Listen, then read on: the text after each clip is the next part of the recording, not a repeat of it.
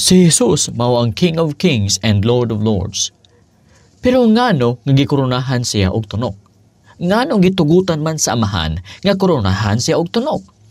Pwede man unta pisi lang, pwede man unta og kanang sagbot lang. Pero nganong gitugutan sa amahan og ni Jesus nga koronahan siya og tunok? Mao kini ang atong topic karong adlaw sa The Truth Bible Program.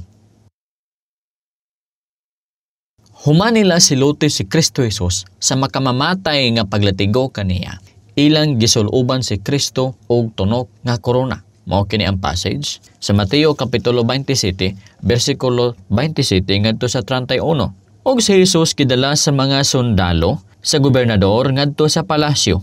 Og sa iyang atubangan ilang gipundok ang tibuok bando sa kasundaluhan, meaning daghan kaayo ang nag-alirong ni Kristo Jesus nga mga sundalo aning panahona. Og sa nahubuan na siya nila, ilang gisuluban siya kupo nga mapula. Mao man kini ang sulubon sa mga harianon nga mga tao. Og sa nakalukong sila purong-purong nga sampinit, mao na kini ang tunokon nga purong-purong or korona. Kini ilang gipahaom sa iyang ulo ug ila siyang gipakupot og baston nga bagakay sa iyang tuo nga kamot. Ug sa nagluhod-luhod sila sa iyang atubangan, binuang ragidi ay kay luhod-luhod man. Ug sa nagluhod-luhod sila sa iyang atubangan, sa pagbugal-bugal kaniya, sila nagkanayon.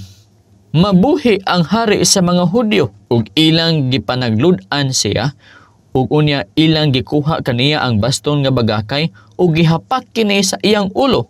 Tapos, sa ilang pagbugal-bugal kaniya, siya gihukasan nila sa kupo, ug giuli pagsulob kaniya ang iyang kaugalingong mga sapot. Ug unya ilang gidala siya aron ilang ilansang sa krus.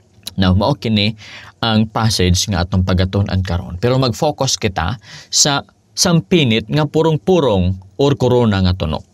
Now, nganong gikoronahan man siya og tunok? Ang mga hari sa kalibutan, mga patsada og mga korona. Kung ilang taon nimo ang hari sa Ehipto o ingon ani ang hari sa Ehipto og korona.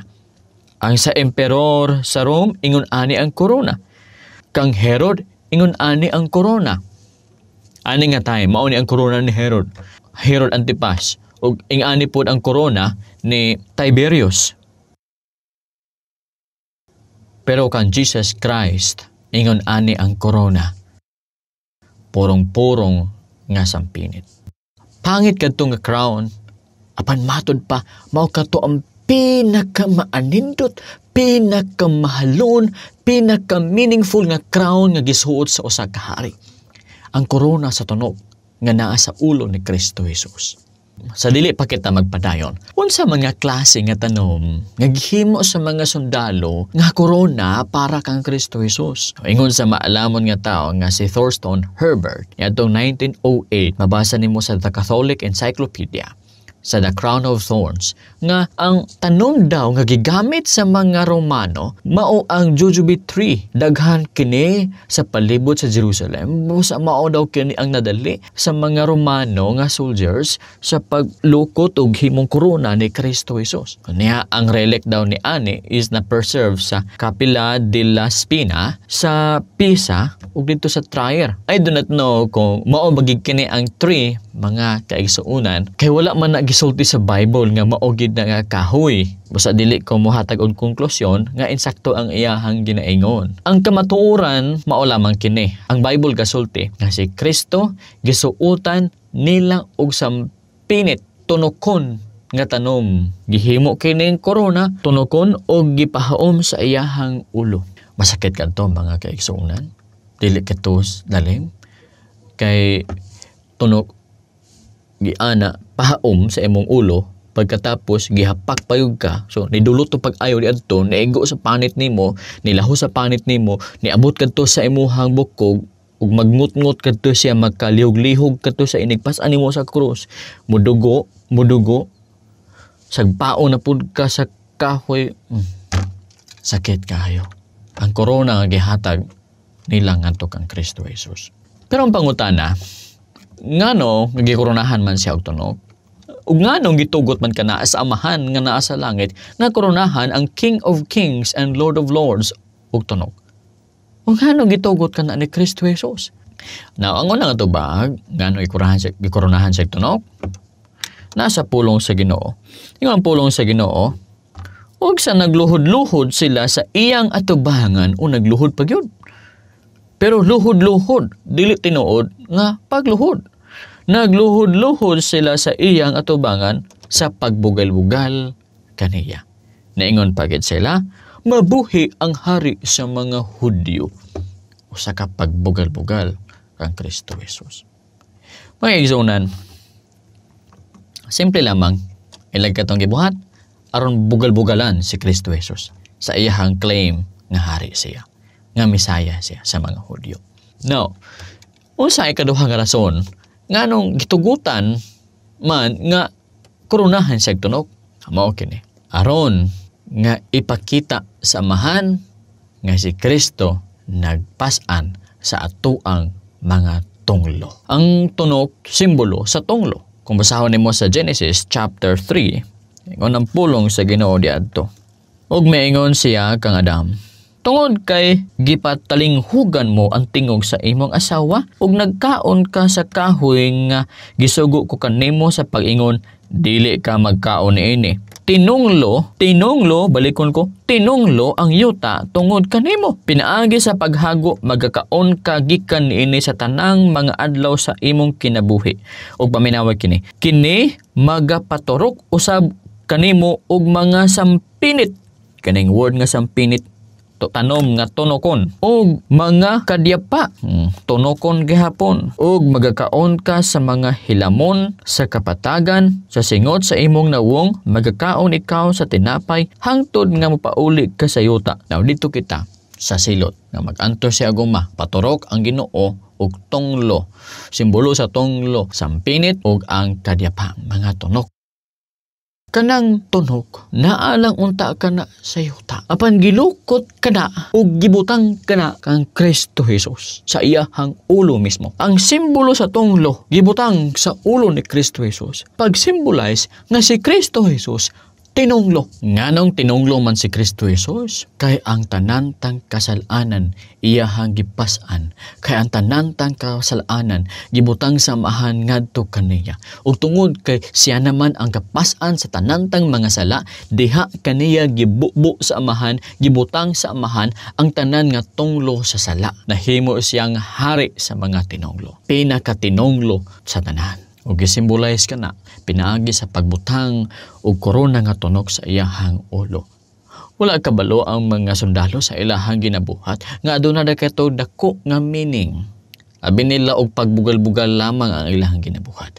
Apan pag-symbolize po di ay nga si Kristo Jesus magapas-an o magaantos sa mga tunglo sa mga sala. Mga sala nga dili iyang gibuhat, atong gibuhat. Apan tungod sa kadako nga gugma ni Kristo Jesus ngari kanato gikuha niyang tanantang mga sala ug ang tanantang mga tunglo iya usab magikuha aron mahimo kitang mga tawo sa panalangin. Mao kini ang mensahe sa kaluwasan mga igsuonan. Ingon sa John 3:16, for God so loved the world that He gave His only begotten Son, that whosoever believeth in Him shall not perish but have everlasting life. Ang Dios nahigugma pag-ayo sa kalibutan. Busa gihatag niya ang iyang bugtong anak nga si Jesus ug sa bisan kinsa nga motuo kaniya, mosalig kaniya, dili malaglag, dili matinunglo, dili mamatay spiritually, kun dili makabaton og bag-ong kinabuhi, kinabuhi nga walay katapusan. Gusto ka ba ni ani? Makaikyas ka sa tunglo? Mao kining buhaton mo. Mosalig ka kang Kristo, isip imong Dios o manluluwas.